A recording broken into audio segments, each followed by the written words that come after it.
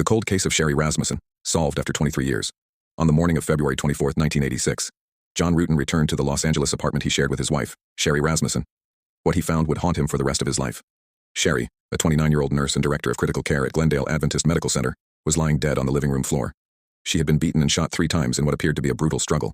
The crime scene was chaotic. A broken vase, overturned furniture, and blood smeared across the carpet pointed to a violent confrontation. The couple's home showed signs of forced entry, at least that's how it was staged. Initially, the LAPD believed it was a botched burglary. A stereo was missing, and Sherri's BMW had been stolen. 2 robbers had been working the area, and detectives assumed it was a robbery gone wrong. But there were problems with that theory from the beginning. Sherri's injuries were excessively violent. She had clearly fought for her life. There were defensive wounds on her arms and face. The crime seemed personal.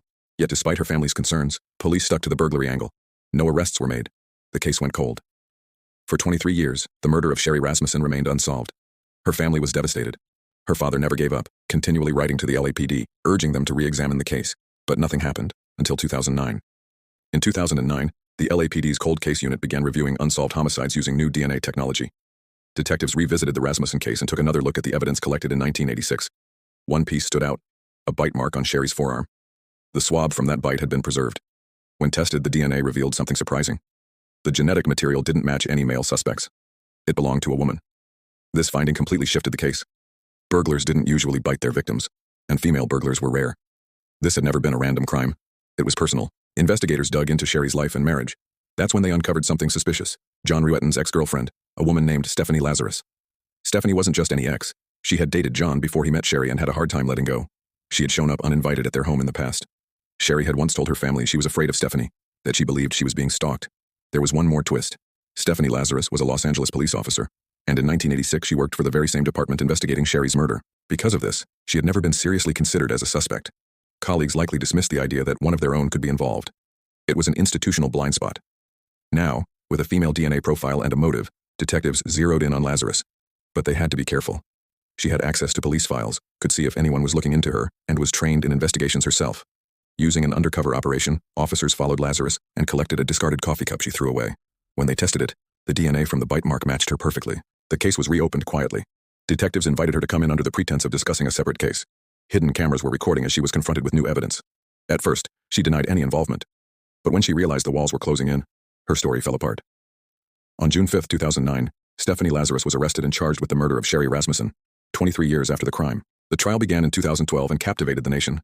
A decorated LAPD detective on trial for murder was rare and shocking.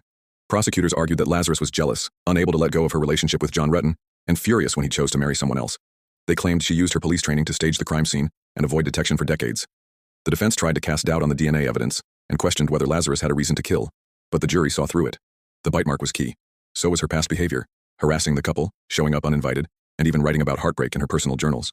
It was clear Lazarus never accepted losing John. On March 8, 2012, Stephanie Lazarus was found guilty of first-degree murder. She was sentenced to 27 years to life in prison. She is currently incarcerated at the California Institution for Women in Chino.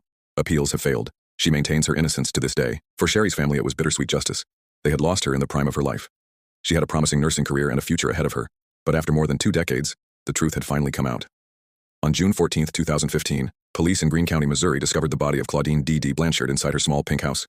She was found face down in bed, stabbed multiple times, lying in a pool of blood. Her daughter, Gypsy Rose Blanchard, was nowhere to be found.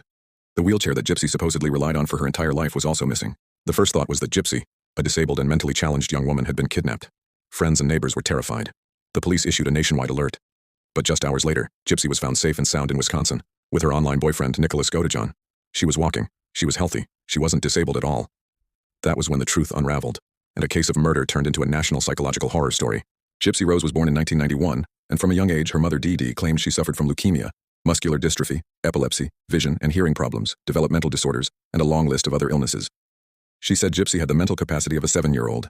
Dee Dee shaved Gypsy's head, put her in a wheelchair, and fed her through a feeding tube. She homeschooled her and isolated her from the world. They moved frequently, from Louisiana to Missouri, especially after suspicions arose. Dee Dee convinced doctors, charities, and neighbors of Gypsy's fragile condition. They received donations, trips to Disney World, a home from Habitat for Humanity, and widespread sympathy.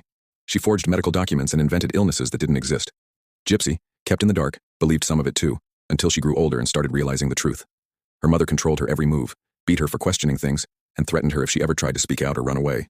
Dee Dee kept Gypsy infantilized and dependent to keep up the ruse, and to keep the sympathy flowing. Around 2012, Gypsy secretly got internet access and joined a Christian dating site. There, she met Nicholas Godejohn, a man with mental health issues and a disturbing fascination with violence and BDSM. The two quickly became romantically involved online, often role-playing dark fantasy scenarios. Gypsy confided in Nick about her abuse and the lies her mother told. She begged him to help her escape. They devised a plan, not to run away, but to kill DD. On the night of June 10, 2015, Godejohn traveled from Wisconsin to Missouri.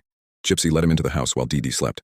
She hid in the bathroom, covering her ears, while Nick entered DD's bedroom and stabbed her 17 times with a knife Gypsy had provided. They then fled the scene with some stolen money. Gypsy, free for the first time, posted on DD's shared Facebook account a chilling message to draw attention to the crime. "That bitch is dead." When police traced the IP address from that post, they found the couple in Wisconsin 2 days later. Gypsy was walking, healthy, and mentally far more capable than anyone had believed. What at first seemed like a kidnapping case was now something far more complex. A tale of Munchausen syndrome by proxy. A rare disorder where a caregiver fabricates or induces illness in someone under their care to gain sympathy and attention. DD had spent years abusing and manipulating Gypsy, turning her into a medical prisoner for personal gain. Public sympathy shifted dramatically. People were horrified by DD's abuse and questioned whether Gypsy should even be punished. Yet, murder had still occurred. In 2016, Gypsy pleaded guilty to second-degree murder and was sentenced to 10 years in prison. She was eligible for parole after serving 85% of her sentence. Nicholas Godejohn went to trial in 2018. His defense argued that he was mentally ill and manipulated by Gypsy, but the jury saw his actions as deliberate. He was found guilty of first-degree murder and armed criminal action, and sentenced to life in prison without the possibility of parole. While Gypsy was punished for her role in the crime, many saw her as a victim of long-term abuse who felt she had no other way out. She gave multiple interviews, including an HBO documentary titled Mommy Dead and Dearest, where she explained the psychological prison she lived in. From behind bars, Gypsy expressed remorse, not for her freedom but for the violent way it was achieved. She said that even prison felt more free than living with her mother. In 2023, after serving 8 years of her 10-year sentence, Gypsy Rose Blanchard was granted parole and released. She began a new chapter of her life speaking out about abuse, control, and survival.